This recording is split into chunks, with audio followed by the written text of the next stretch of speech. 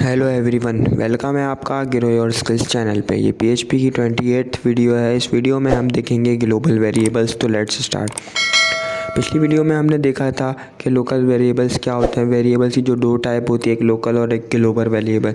तो पिछली वीडियो में हमने लोकल वेरिएबल कवर किया था। तो आई होप कि आप लोगों ने वो वीडियो देख ली होगी।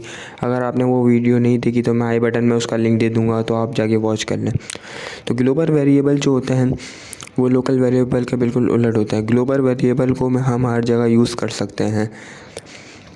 The global variables refers to any variable that is defined outside of the function. Global variable can be declared just like other variable, but it must be declared outside the function. इसका मतलब ये है कि जो global variable है उसकी जो scope होती है वो कहीं भी यूज़ हम उसको कर सकते हैं, हम लिमिटेड नहीं होते।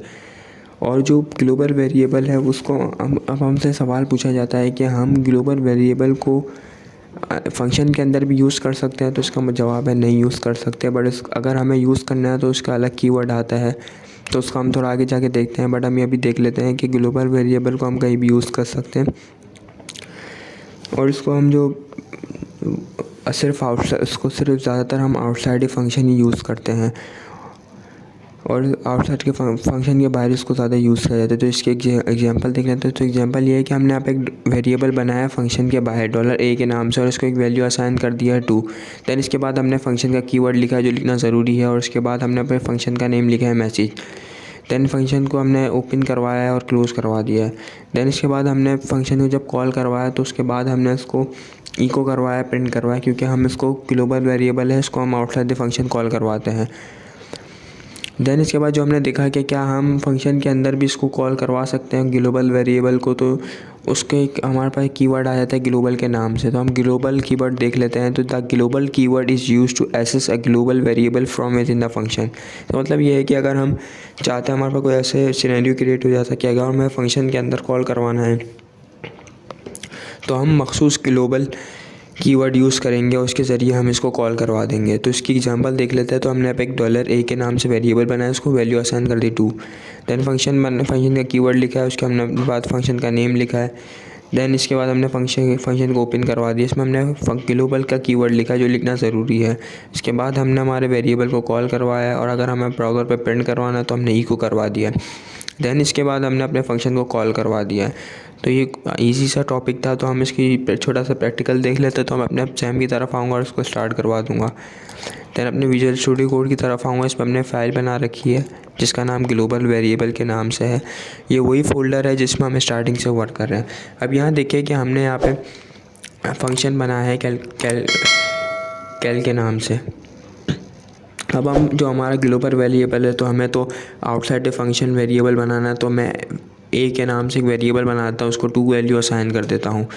दैन इसके बाद मैं इसको कॉल करवाना चाहता हूँ, तो मैं इसको आउटसाइड द फंक्शन कॉल करवा देता हूँ।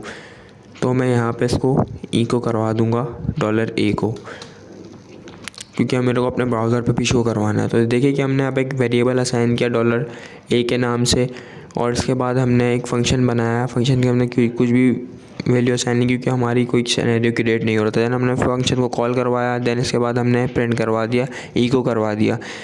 तो मैं अपने ब्राउज़र की तरफ आऊँगा और मैं यहाँ पे इसको ब्राउज़र पे देख लेता हूँ। तो मैं अपने यहाँ पे लोकल होस्ट लिखवाऊँगा। दैन हमारे फंक्शन का नाम, हमारे फोल्डर का नाम PHP कोर्स। दैन हमारे जो फाइल का नाम है ग्लोबल वेरिएबल ग्लोबल वेर के नाम से। तो यह देखिए इसने हमें 2 जनरेट करके दे दिया। क्यों दिया? क्योंकि हमने उसको फंक्शन के आउटसाइड लिखा था।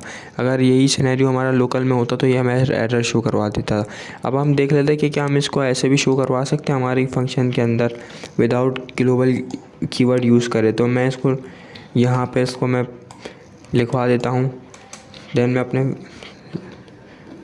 ब्राउज़र की तरफ जाऊँगा। तो ये देखिए इससे एक हमें एरर शो करवा दी कि अनडिफाइंड वेरिएबल। हालांकि वेरिएबल बना हुआ है, फिर भी इसने हमें अनडिफाइंड वेरिएबल क्रिएट कर दिया। तो अब हम यहाँ पे डॉलर की ग्लोबल का कीवर्ड यूज़ कर लेते हैं ग्लोबल के नाम से। दैन इसके बाद हम इसको $a यहाँ पे भी असाइन कर देंगे और इको भी करेंगे, क्योंकि हमें अपने ब्राउज़र पे शो भी करवाना है। देन अब हम देखेंगे कि क्या हमें ये ब्राउज़र पे शो करवा रहा है एरर। ये देखिए इसने हमें यहाँ पे 2 जनरेट करके दिया। इसका मतलब क्या है कि हम ग्लोबल के ज़रिए हमारे फंक्शन के अंदर भी इसको हम वैल्यू को रिटर्न कॉल करवा सकते हैं। तो आई होप कि आप लोगों को ये टॉपिक समझ आ गया होगा। अगर आपको कोई क्वेरी हो तो कमेंट में पूछ सकते हैं। तो मिलते हैं नई वीडियो में नए टॉपिक के साथ। Thank you for watching.